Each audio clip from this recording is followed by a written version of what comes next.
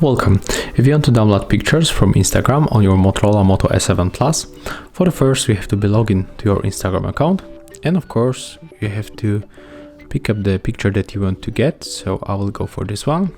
After that we have to go for the Play Store, and in the search pool we have to type repost for Instagram,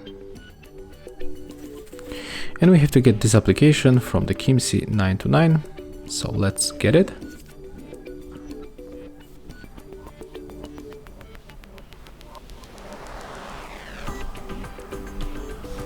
Tap open, and here we get the preview how we can save the picture. So let's go for our Instagram account, and I will go for the three dots in the right upper corner, click share, and here we have to go for our repost application. Right now just go back to the repost app, pick up our picture. We can take off the signature by clicking here, and if you want to save it, just click on this middle button and it will save to the gallery.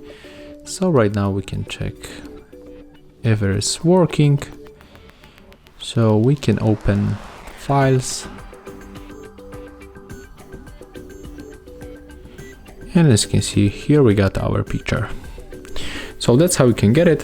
Thank you guys for watching. Leave thumbs ups, comments and subscribe to our channel.